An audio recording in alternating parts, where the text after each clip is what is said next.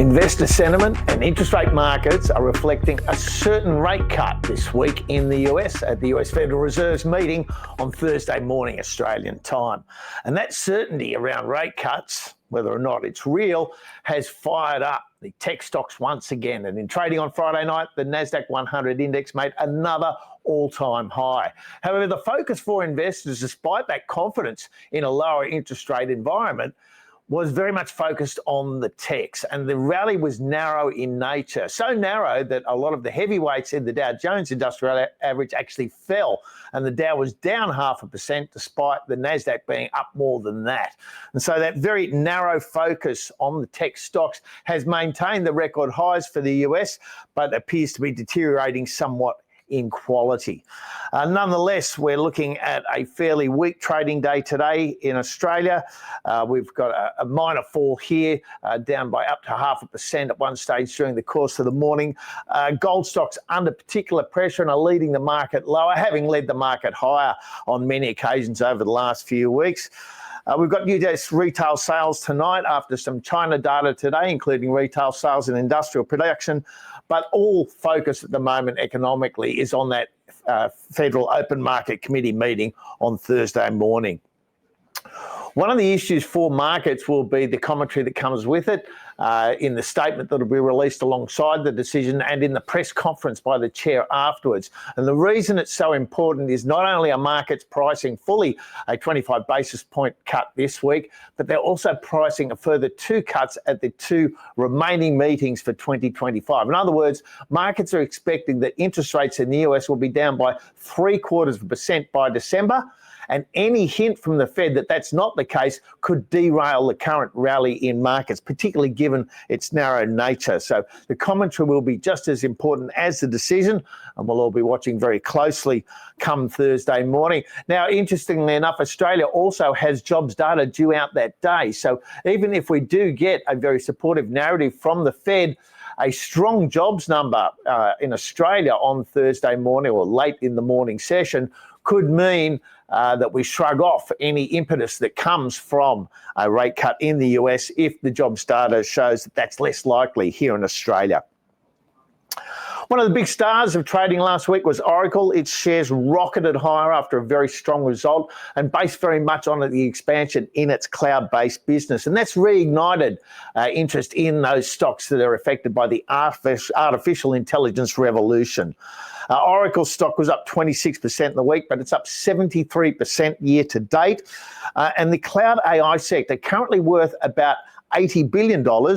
But some analysts predicting that by 2031, it'll be worth $740 billion.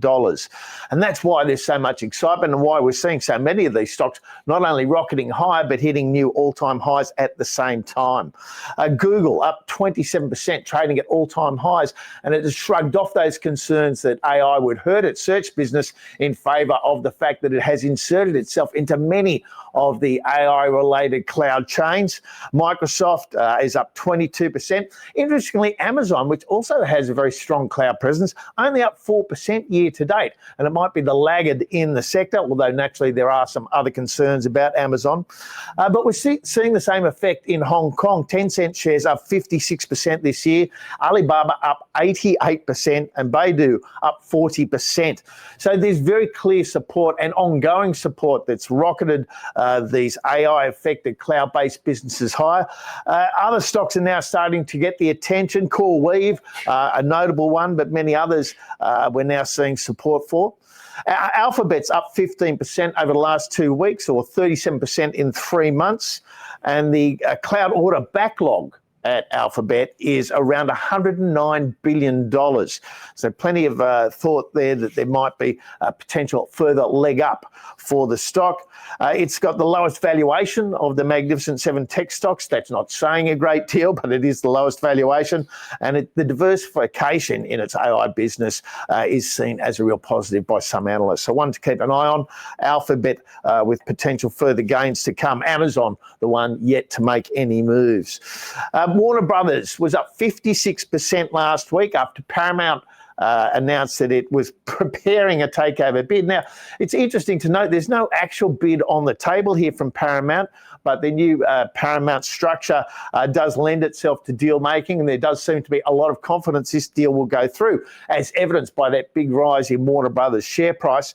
However, with that deal not even on the table and the huge lift in Warner Brothers share price bringing it very close to the valuations that might have sparked the initial bid, there could be an argument for holders of Warner Brothers stock that it might not be worth waiting to see if there's any further bids or gains in the stock, given the value that's already being displayed. One for shareholders in Warner Brothers to consider. Turning locally, ANZ had a very busy week last week. Its shares are up 17% over the last couple of months after it announced last week a significant restructure, 3,500 job cuts. It's also dealt with some of its regulatory issues, and it was announced this morning it will be paying a big fine to deal with those issues. At the moment, a lot of analysts have a hold rating on ANZ shares, but in valuation terms, it's certainly trading more cheaply than the other big four bank stocks, and one that a lot of local investors are running the ruler over right now.